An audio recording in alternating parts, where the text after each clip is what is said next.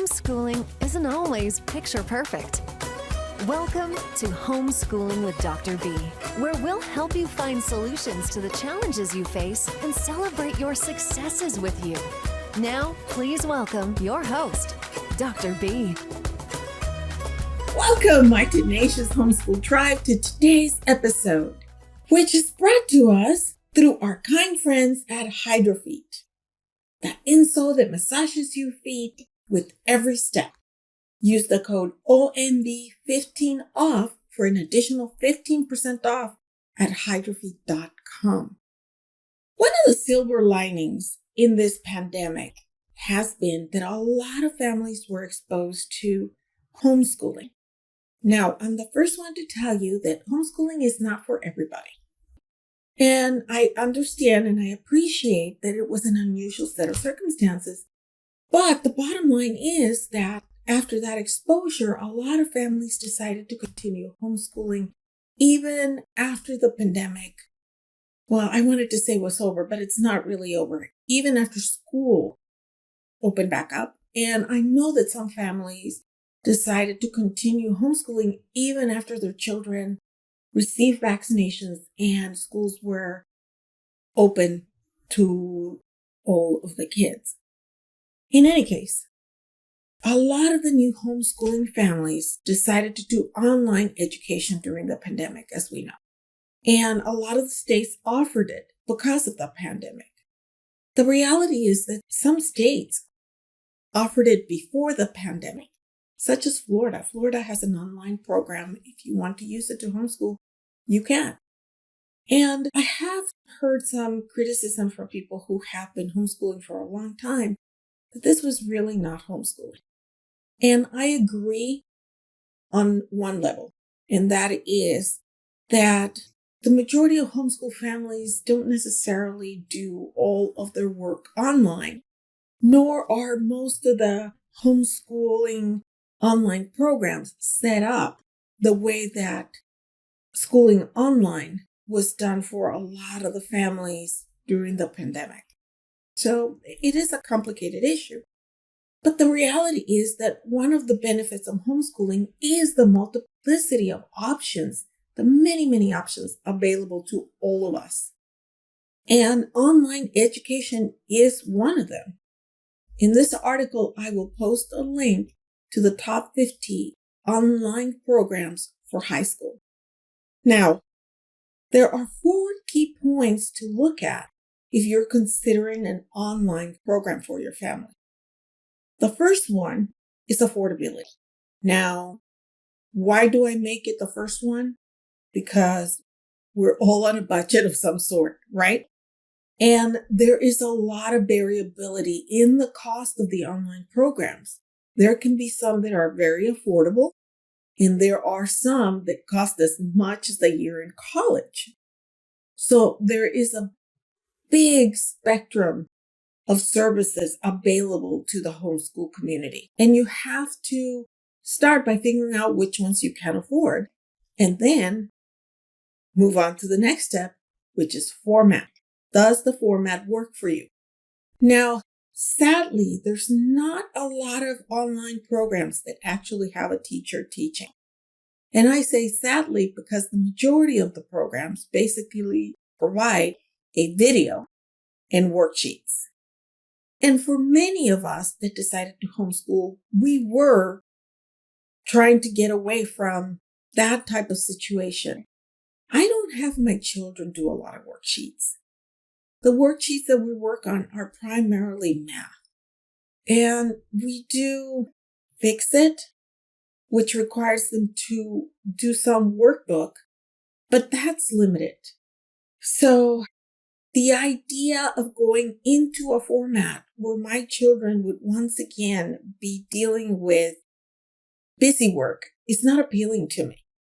But it works for some families. Homeschoolers have different needs. And that's something that we need to understand and always be respectful of. Another big one, which would be my third point, is accreditation. Now, I have to admit, I have been homeschooling for 6 years.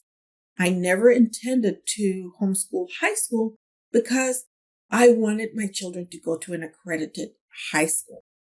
I didn't want to worry about whether or not they would get accepted into college. That just isn't the way that things turned out for us. My children, both of them are special needs. They have different needs, my twins. And while they're very academically successful, it would be very difficult for them to be in a pressure cooker of teenage hormones, teenage drama. It would just be very detrimental to their emotional health. But the online programs, there's a lot of them that are accredited. We did consider putting them in an online program, and I will talk about that, but the primary reason was for that accreditation purposes. You have something that universities will accept without any question. And the final point when you're considering an online program is student success. And you have to dig deep for this one. Because of course, if you call the program or you email the program, they're going to tell you that they're very successful. Kids do really well. But what does that really mean? I can honestly tell you that as a retired college professor, grade inflation is a big problem. And a lot of students end up getting A's that they didn't earn. They just were given to them. Now, some families are cool with that because they want that inflated GPA and they think that's beneficial for the child to get into college. And that may in fact be the case. But there's a big difference between getting into college and being successful in college. And once again, I can tell you that as a retired professor, I got a lot of students that had been straight A students in their high school or their homeschool setting and were earning D's, C minuses, C's in the courses. And were just absolutely struggling because they didn't have the foundational skills. There's two things that you want to ask an online program when you talk to one of the representatives is, number one, have your students been successful getting into college and what type of colleges? Because depending on your goals, you may be shooting for just a state college, an Ivy League, a tier 1 university. It just really depends on your specific goals. And number two, how well did the students do once they got to college? Did they actually graduate from college? That's very important. Like I said, getting in is one thing. Being successful in the college setting is a completely different situation. It doesn't do you any good to get into college if you flunk out. So it is very important that you ask those questions when you're talking to representatives from the online schools. The positive of online programs. Number one, there's very little planning on the part of parents. Everything tends to be taken care of by the online school. And if you're working or you're a busy family, that may work very well for you. Or if you're not comfortable teaching your children, believe me, I can appreciate that. Even though I am a retired college professor, when I first started homeschooling, I was very, very uncomfortable with the idea of homeschooling my children and scarring them for life. Now, that hasn't been the case, but I was concerned about it. And I also understand that not everybody is a good teacher. I know that there's some homeschoolers that are going to tell you everybody can't teach. That's like saying everybody's a good cook. There's some people that can cook ramen, and then there's some people that can cook 3 7-course meals. There's a big difference in the range of ability. And if you're really not comfortable with homeschooling your children or teaching, this could be a good option for you. Number two, you don't have to go to this whole process of selecting and evaluating materials or courses. Yes, you will have some flexibility in the courses available to you through an online program, but the core courses are going to be there based on the student's grade level and the student's ability to test in for the most part. And then there's the extracurricular courses that the children can take or that they might be interested in, or the courses needed to fulfill specific requirements for the specific colleges that they're interested in. Number 3, there is no setup, no teardown for the parents. You don't have to worry about having manipulatives and art supplies and any of those things. Typically, a lot of these programs will just send you the package and take care of everything for you. And of course, in the majority of the programs, your family can set their own hours. Now, there will be some times where your children will need to set up appointments. For example, my kids started taking language courses through BYU. Now, we selected BYU because it was one of the few programs that had Japanese as an accredited class. One of my children's interested in learning Japanese. The other one is interested in learning Spanish, and we could have found that just about in any of the online programs. But if I have one kid in one program, I might as well have the other one. It just makes life easier for me, right? But there are times when we have to select a certain point or a certain time or date in which my Japanese taking child will meet with a tutor or an instructor to either practice the language or test. So there's a written component and there's a verbal component to it. And in some programs, you need that. Some programs will require testing proctors. And that can be a bit of a challenge because some people live in rural areas and it's harder to find a testing proctor there. But oftentimes libraries offer these services. So it's not as complicated as you might think. Number 5, online schooling can be very, very convenient. The curriculum, as I said, is sometimes paid by the public school system. Florida has that. I believe California might also have it. So you don't have to worry about paying for it. And you don't have to worry about meeting district standards because they're there. And as I said before, books and other materials are shipped to your home, and the online access to teachers and sessions are free. Now, in some of the programs, they're set up differently, and you need to email to set up a time to meet with the teacher if that's available to you. Now, sometimes you need to email to request an explanation, and the teacher will either email you back with an answer or they'll send you a small video with the answer. The negatives. And there are some negatives to online education, just like everything. There's the golden side of the coin and there's the tarnished side. So here we go with the tarnished side. You have less parental control, and that can be very important to some families. You have limited choices on what your children are going to be learning, limited choices on the curriculum that's being used. And it used to be, when I went to school, back in the day, and I'm turning 55 this year, that teachers really focus on teaching critical thinking, analytical thinking, and creating independent thinkers. More and more today, teachers and programs have a particular social or political bent. And I'm going to be honest with you, I have a problem with either a conservative or a liberal bent. I have a problem with both. I'm still of the mindset that it is a teacher's job, an educational system's job to create analytical, critical, independent thinkers. So when it comes to our family values, a lot of the online programs do not meet our homeschooling family needs because they either have one bent or the other bent. So number 2, a lot of these online programs do not have a teacher teaching the courses.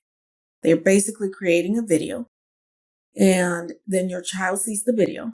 If they need to make contact with the teacher, they have to do it via email to either set up a time, or if they're having a problem with something, they can set up a tutoring session. And after doing a lot of research, on online programs because we really considered it for our children since they are going into high school next year. We found that many of the programs, it took the kids 24 hours to 48 hours to get an answer back. One of the challenges of this is that oftentimes the students cannot move forward until they have met whatever score was necessary to move on from that unit to the next. That's a good thing on the one hand, but on the other hand, if your child has to wait 24 to 48 hours, they can't move forward, right? So they can't really go at their own speed. Another of the negatives is your children are going to spend a lot of time on screen. And it is often easy for children to become distracted because let's face it, they can just open another tab and start texting their friends on Discord or go on Facebook or on Instagram or whatever it is that they want to be into. It's easy to become distracted. And so something that should have taken a small amount of time takes a long amount of time. And just recently, I was talking to one of our friends' kids who is going through this type of online situation. And she said, I'm not really learning anything because all I do is I open another tab, Google it, get the answer, and then just cut and paste. And that brings me to the following point, which is it becomes very easy to plagiarize. And you might have a student that has excellent grades, but they didn't actually learn anything. Now, we would all like to say, we would all like to think, and many of us believe that our children wouldn't do that. We've taught them good values, and they know better. And they do know better. But they're teenagers, they're kids, and they're going to make some mistakes. So in any case, they will make mistakes. And it really depends on your comfort level with that mistake. Are you comfortable allowing your children to make that type of educational mistake? Of course, the cost can be another negative because some of the top schools, such as Stanford online program, Georgetown University online program, are extremely expensive. I mean, you could literally send your kid to college for 1 year for the cost of one of these programs for the year. So it really depends on what it is that you are comfortable paying for their education, what you can afford, and is it really worth it to you? And finally, the other negative is that you just brought the traditional homeschool setting back into your home. And for some of us, we're not okay with that. Some people are completely comfortable with it. It meets their needs. I completely understand that. And I respect it. But for some people, we were trying to get away from having school in our home. And for some of us, it took a while to do that. I mean, we started that way. When we started homeschooling, it was as though we had just transplanted the classroom into our home. Now, that's not the case anymore, but that's the way that we started, and many families start there. Now, as I said, we did extensive research in online high schools. And the reason for that was because we are nervous about the accreditation process. Now, how did we arrive at the determination of what was best for our family? One of our daughters decided she wanted to go to high school, and we're comfortable with that. She's going to go into that setting. She doesn't have the challenges that our twins have. So we are allowing that. And honestly, if our twins wanted to try going back to a traditional school setting, we would allow it. But we did decide to continue to homeschool the twins. And when I say we decided, it's the parents and the kids got together. We discussed the cons and the pros, and we decided to continue this journey because that's what's best for my twins. However, we decided not to use an online program beyond world languages. As I said, one of my kids wants to study Japanese, the other one Spanish. And I'm completely comfortable teaching Spanish, but a lot of the universities, when I called them and spoke to them, would not count language learned in the homeschool setting, which I found interesting, but that was the case. So for language, they're going to go through accredited programs. Additionally, we will have them do some dual enrollment at some point or take a course here and there online if they have a specific interest that is not shared by both of them. The reasons that we decided not to make a transition to an online school was because we didn't want to lose control. Number one, we want our children to be critical, analytical, independent thinkers. We're not so much interested in what they believe, but that they can come up with their own reasons why they believe what they believe. And for us, this applies to religion. It applies to politics, to social economic issues, to cultural issues, to all of those things. And we didn't want somebody telling them what to think or what to believe in. If we were going to do that, put them in an online program, we felt that they would have benefited more by going to a private school than going online, because there would have been a greater social component and they would have access to in-person classes, for example, such as performing arts, music, robotics, science. We would lose our flexibility to travel. And this year we're planning several different trips. We're planning to go island hopping here in the Caribbean. We're planning on doing a trip to Mexico. We're planning a trip to Asia. And we want the flexibility of being able to do that. Oftentimes what we do when we travel is we will stop homeschooling and then just pick up where we left off. We're comfortable doing that. Some families are not. We're comfortable. We don't want to be worrying about whether or not they have an internet connection, whether or not they need to meet someone to take a test. We just are not interested in that. Now you're wondering, what are you going to do with your daughter that decided she wanted to go to high school in person? Well, we had a long discussion, and since she wants to do that, she knows that she's not going to be able to go on these trips, and she will be staying with my sister when we travel. But she's aware of that, and she is willing to make that trade, the trade of going to high school in person versus traveling. Another reason we decided not to homeschool online is because we lose our ability to move toward our specific interests and goals.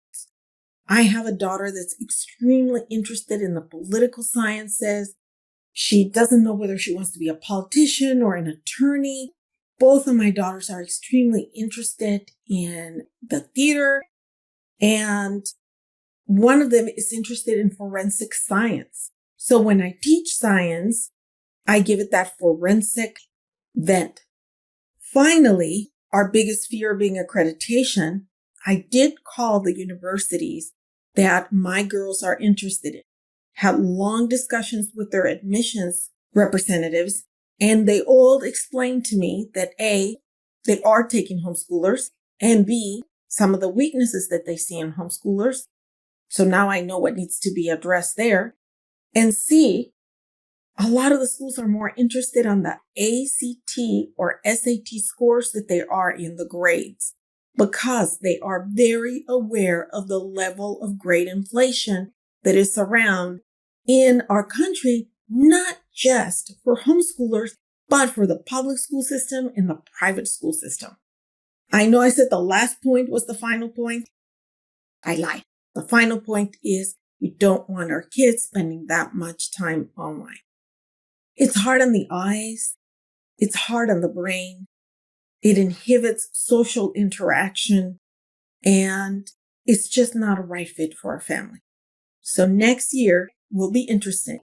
We will have one of our daughters going to a traditional high school, and we will have our twin daughters continuing to homeschool. We haven't decided what we're going to do with our little one yet. We're still like back and forth, because we still feel that he would benefit greatly from travel. But on the other hand, he keeps asking to go to school. And so we're still juggling that one. So I'll get back to you on what our final decision becomes. If you found our show helpful or encouraging, please share a link in Facebook, Twitter, Instagram. All three of you have time. Life can be overwhelming, but homeschooling doesn't have to be. For links and resources, please visit our website. Till next time, enjoy your kiddos. Thank you for joining us on this episode of Homeschooling with Dr. B. Head over to homeschoolingwithdrb.com for more information and resources.